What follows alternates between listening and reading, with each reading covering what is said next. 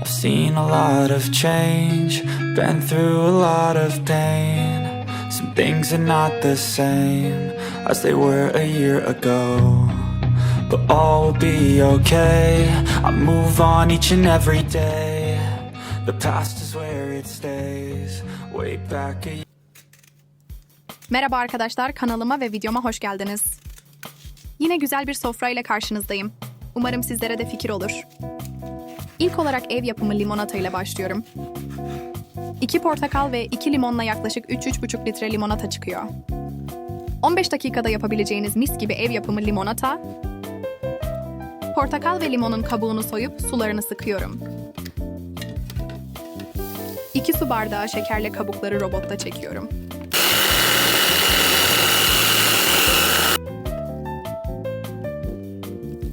Üzerine sularını da ekleyip biraz daha çekiyorum. Başka bir kaba alıyorum. 500 mililitre kaynar su içine 2 çay kaşığı limon tuzu atıp portakal ve limon karışımlı suya ekleyip karıştırıyorum. Üzerine 3 litre su ilave ediyorum. Sizler suyunu damak tadınıza göre az veya çok ekleyebilirsiniz. Güzelce süzüp servis sürahimize dolduruyoruz. Yaz boyu bizim 1 numaralı içeceğimizdir. Dolaptan eksik etmem, o derece yani.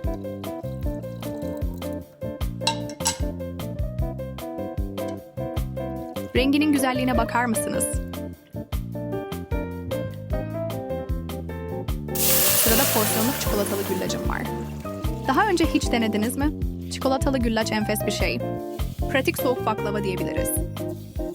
2 litre süte, 1,5 su bardağı şeker ve 500 gram da bitter çikolata ekledim. Bu ölçüden yaklaşık 14 kup çıktı. Dilerseniz malzemeyi azaltıp daha az yapabilirsiniz. Eriyinceye kadar ara ara karıştırdım. Kanalıma abone değilseniz abone olmayı, bildirimleri açmayı ve izlemesini istediğiniz arkadaşlarınıza göndermeyi unutmayın. Güllaçları minnak minnak kesip ya da elinizle parçalayabilirsiniz.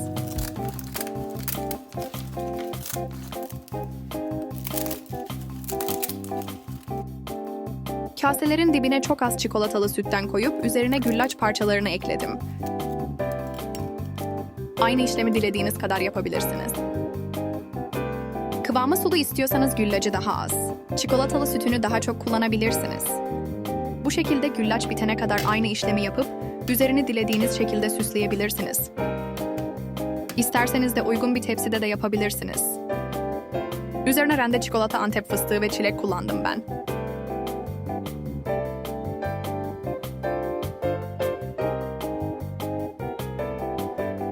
Bakın çok güzel oldular. Tatlım da hazır.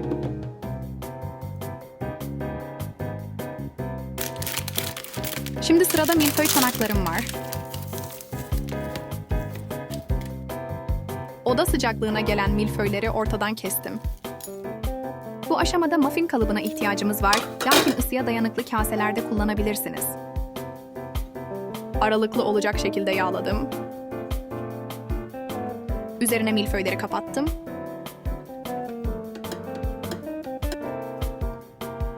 Üzerini yağladım.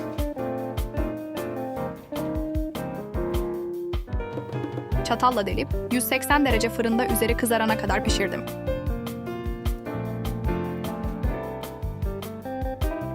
Bakın nasıl güzel kızarmışlar.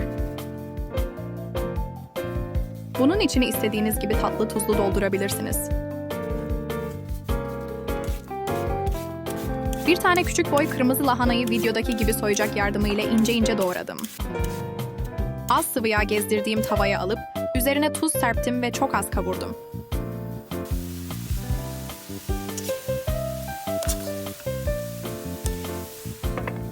İnce doğradığım için çabucak oldu.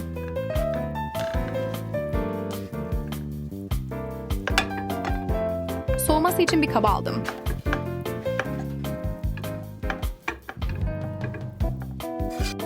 Sarımsaklı yoğurt ile karıştırdım. Biraz haşlanmış mısır ekledim. İyice karıştırıp milföy çanaklarımı doldurdum.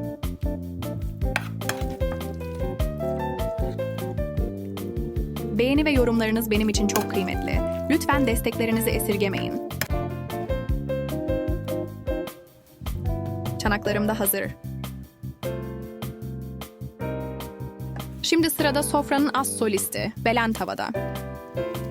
1 kilogram kuşbaşı et üzerine kapya biber, yeşil biber, çeri domates, arpacık soğan, sarımsak, biber ve domates salçası, birazcık sıvı yağ ekledim.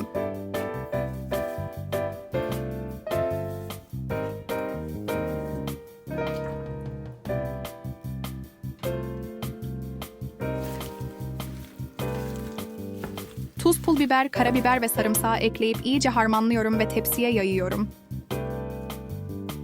Sarımsakları buzlukta saklıyorum, o yüzden rengi öyle.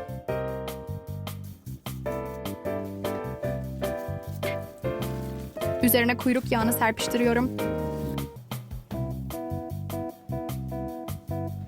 Tereyağı parçaları ile yemeğimin son dokunuşunu yapıyorum.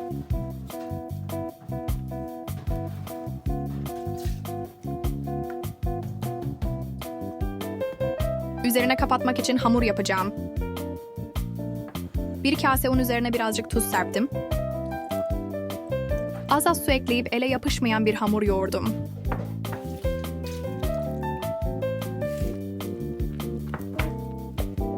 İyice homojen bir kıvama gelince un serptiğim tezgahımda açıyorum.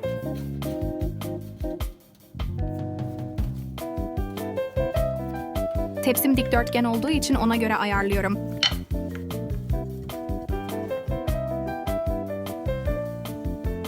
Güzel görünmesi için kenar fazlalıklarını kıvırarak şekillendiriyorum.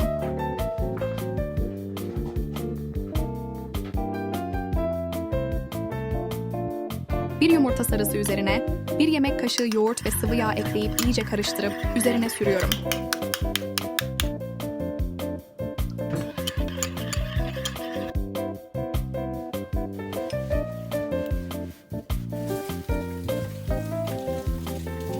Çörek otu ve susam serpiştiriyorum. Eklemeyebilirsiniz, isteğe bağlı.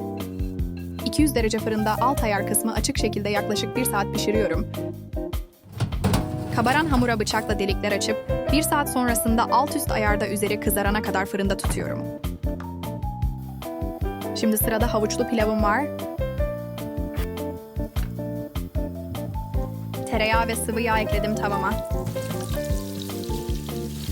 Üzerine rendelenmiş havuç ilave edip kavurdum.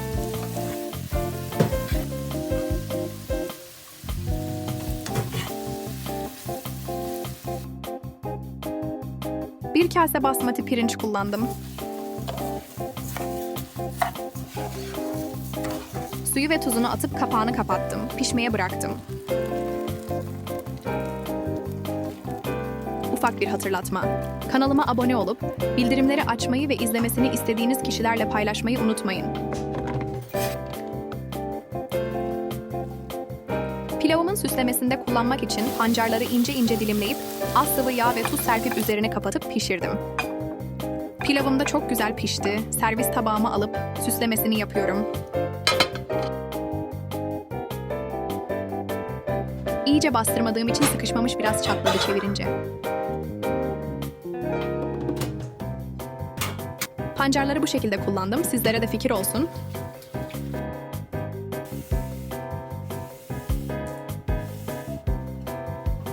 Çorbaya geçtim. Tencereye biraz sıvı yağ ve tereyağı ekleyip üzerine de un ilave edip kavurdum. Unun kokusu çıkana kadar kavurdum. Ben istiridye mantarı kullandım. Kültür mantarı ile de olur. İnce ince doğradım. Kavrulan unun üzerine ekledim.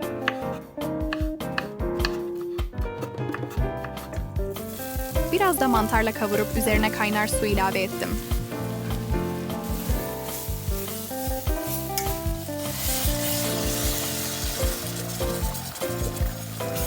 Kapağını kapatıp kısık ateşte pişmeye bıraktım. Pişen çorbamı 1 paket kremayla yumuşattım.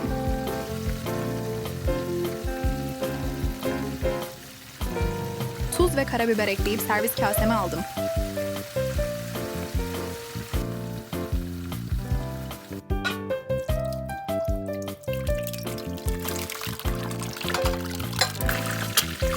Üzerine tereyağı da yaktım. Toz biberden gezdirdim. Dereotu serpiştirdim. Ve çorbam da hazır. Çıtır mantıya geldi sıra. 2 tane soğanı ince ince doğradım.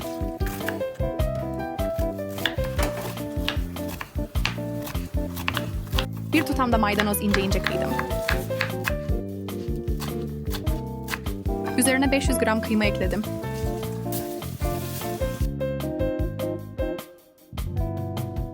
Karabiber, pul biber, tuz iyice karıştırdım.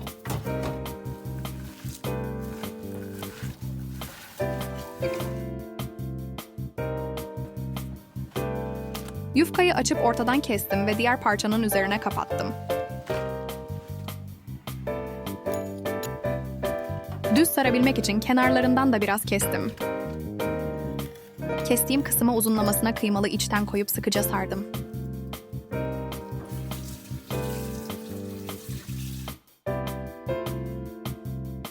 Uç kısımları ıslatıp yapışmasını sağladım.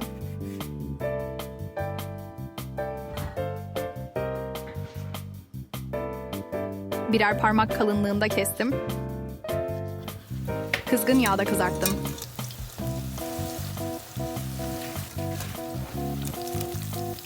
Çabuk kızarıyorlar, aman dikkatli olun.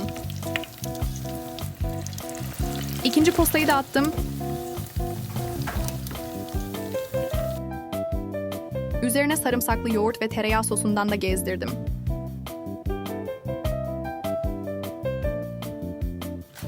Sofralarımızın olmazsa olmazı salataya geldi sıra. Kıvırcık, tere roka, kuzu kulağı, havuç, domates ve salatalık kullandım.